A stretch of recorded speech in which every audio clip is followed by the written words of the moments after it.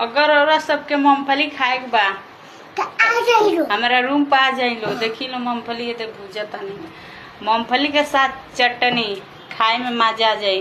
देखी लो मूंगफली हम भूजा तनी ठीक बा।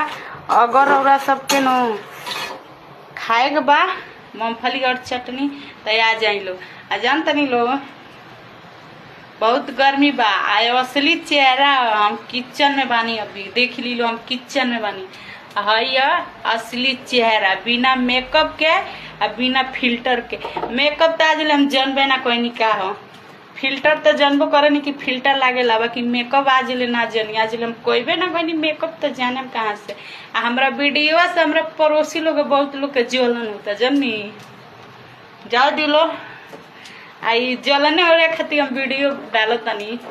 जितना लोग जरे चलावे के चाहिए ठीक बा।